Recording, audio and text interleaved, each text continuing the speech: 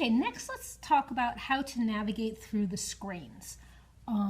Your iPad can have 1, 2, 3, 4, 10 home pages. Okay, so I can just like I did in Safari, I can just scroll across.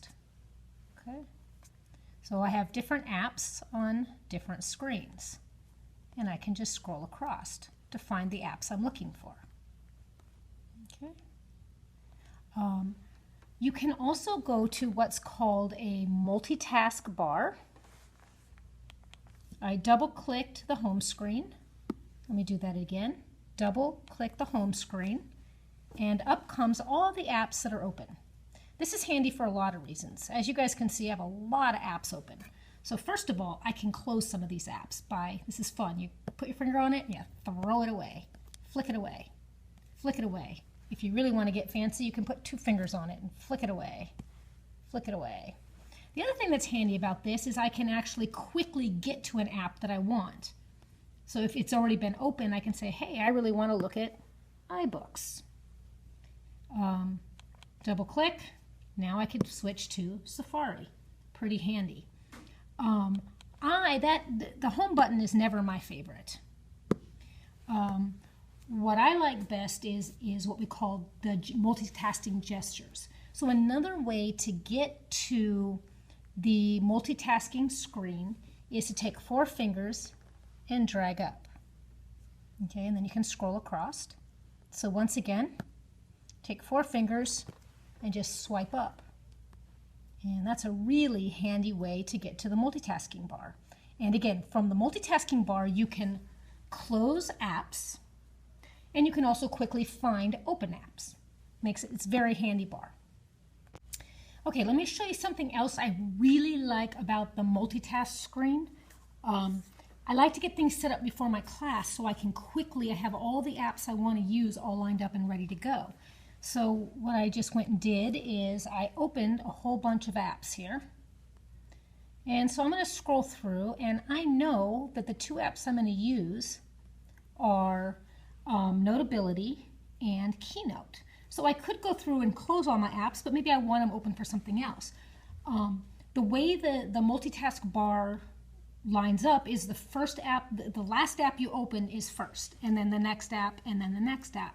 So if I know I'm going to be using Notability second, I'm going to go ahead and click on that. So now I'll go back to the multitask bar, and you'll see now I have Notability first. The first thing I'm going to use is Keynote. So now I'm going to go ahead and close this. When class starts, I can quickly access my Keynote, and blah, blah, blah, I'm talking. By the way, I don't think I showed you this. You can actually access the multitask bar right within another app by doing the same thing, 4 fingers swiping up, and switch quickly to Notability, quickly back to Keynote. Now, here's something even cooler. You can switch between those 2 apps without even going to the multitask bar. You can just take 4 fingers and swipe across, kind of grab the screen and swipe across. How cool is that? Now to go back to Keynote, 4 fingers, swipe back across. So at least within those 2 apps, and if I wanted to go to my next app over, there's my Doceri, and I just pushed something wrong. So we'll go back to, I think I was at Doceri.